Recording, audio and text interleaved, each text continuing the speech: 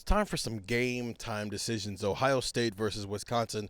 These are the things that we think might decide the game, though. Probably not as much decide the game. I think Ohio State's like a 25.5-point favorite at the time that we're recording this right now. So maybe not decide who wins the game. But again, another week where we're just going, hey, what do you want to see from Ohio State this week? What do you want to see that lets you know they're headed towards a championship caliber team? Stefan, what do you want to see from the Bucks on Saturday? Are you guys concerned at all or questioning at all Ohio State's pass rush? Yes and no. I think that's the right answer. I think we're still trying to figure out exactly what this pass rush is, and it feels like a big reason for that is maybe the approach that they've had, and the best quarterback that they probably played, Damon Williams, is as mobile as it gets, and that's a game where you're really trying to just limit how much he can get out of the pocket and kind of make things happen with his legs. Right before we started recording this, we were talking to Kenyatta Jackson. He was doing his press conference after Wednesday's practice, and he just talked a bit about kind of the way that he's sacrificed for the betterment of the team, right, making team plays and things like that, but also kind of the next step in his game and some of the personal things he wants to do, just unleashing some of his pass rush moves and getting sacks and getting hits on the quarterback while also being smart and not, as he said, Matt Patricia told him, not running past the quarterback, not letting the quarterback, get a run lane and take off. So I think it's going to be an interesting game to see, not just Kenyatta specifically, but kind of this pass rush as a whole. What is this next step for them? Can they get after the quarterback a bit more? Because I thought last week against Illinois and some of the struggles Illinois had along their offensive line that was going to be an opportunity for Ohio State's D-line to tee off. And they didn't have a bad game, but it wasn't anything like Indiana had against Illinois when they played them, right? I think I expected something more along those lines. So I think there's a next kind of level to a very good defensive line to become an even better one, close to an elite defensive line, similar in ways that we saw Jack Sawyer and JT and Ty really take over games down the stretch, and especially in the playoffs for Ohio State last year. So I'm going to keep a close eye on that D-line.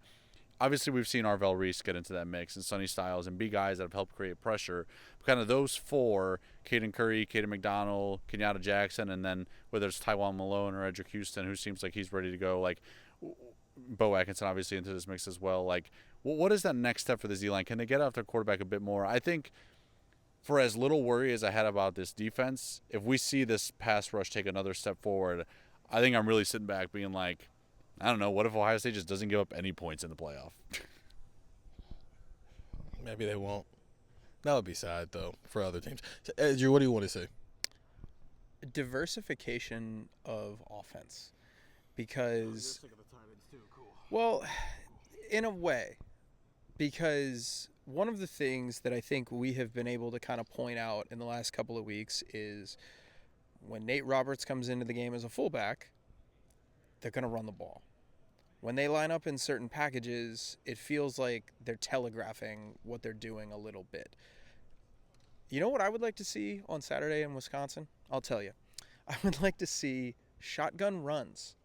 Run out of the gun. Put 4 wide on the field, run out of the gun. Go 12 personnel and have 2 tight ends on the field, and Jeremiah Carnell on opposite sides, throw the ball. Throw the ball with some tight ends on the field. Like, go heavy, throw it. Spread them out, run it up.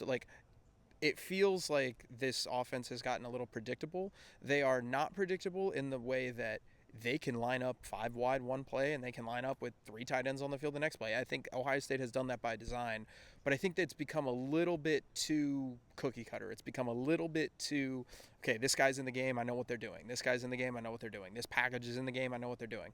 Because I need everybody to breathe here.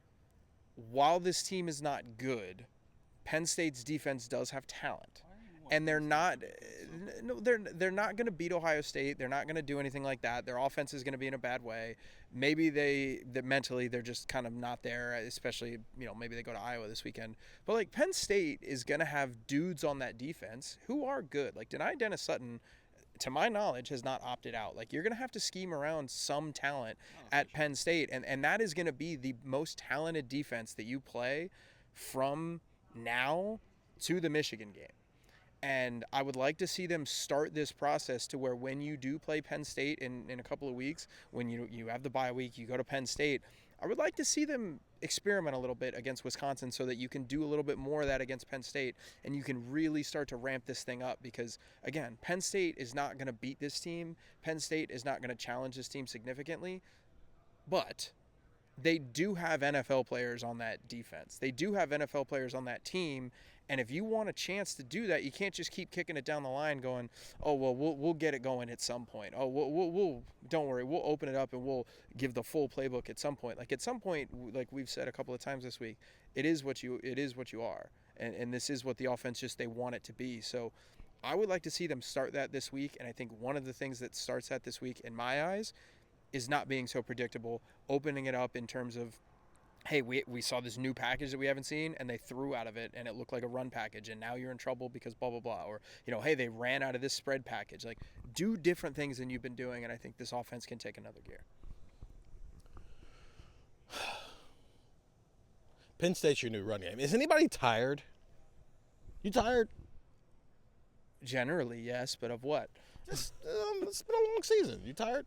I mean, halfway through the regular season, I better not be tired because this team's not halfway through their games. That doesn't mean you can't be tired. It just means that, the standard is the standard. I would like a bye week. Right. You could do a bye week?